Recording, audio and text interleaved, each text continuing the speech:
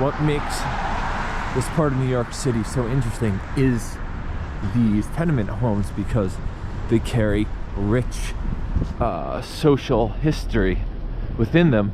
It's the story of New York City. It's the immigrant experience, where they would have 20 people all using the same toilet. I mean, that would be a long wait time, but just must have been incredibly dirty.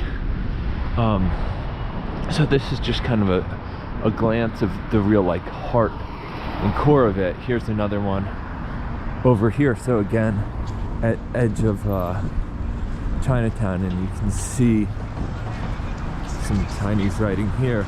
But over here is, you know, like tenement housing, right? Tenement housing in like real pure form. It kind of becomes clear when you walk around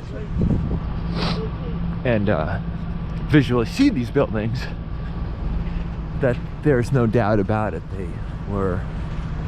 They are a very central part of New York City's history. And so what I'm trying to illustrate for you guys is simply what they look like, and give you guys hopefully a feel for that era. And just trip. Let's see, so you want to cross the way here. That's a really good look at. See this little like booth looking thing? I'll walk over to it. It's for restaurants. So they've taken up parking spaces, and now what you have is just a heated space with tables in a former parking area. And so you can see this is road, and there's parking over there.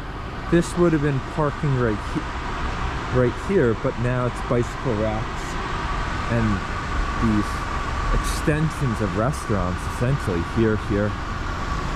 So that's what this former tenement area has become, and the rent must be, you know, out of control. Whereas back when they were created, rent was probably very cheap, and cultures were probably extremely strong. You would have had some really tight-knit families living in these tenements, as everybody was just doing the same thing. They were all immigrating in, and they were all letting their family know, hey, come over.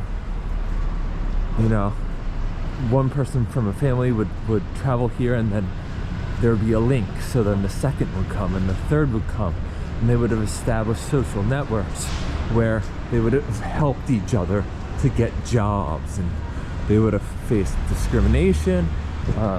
The Irish were discriminated against. That's why you hear the term Irish no need apply. And then the Italians were discriminated against. So each culture kind of went through their discrimination process.